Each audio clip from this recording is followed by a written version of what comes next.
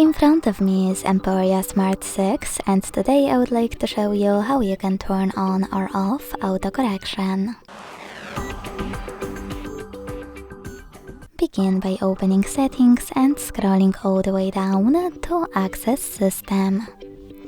Then tap on Languages and Input, On-Screen Keyboard, and Emporia or Gbird. Let's start with Emporia. Over here you need to scroll down, click on autocorrection and tap on one of those options to apply it.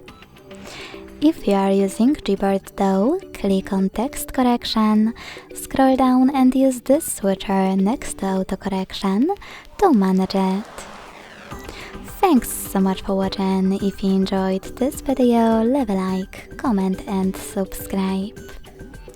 Bye!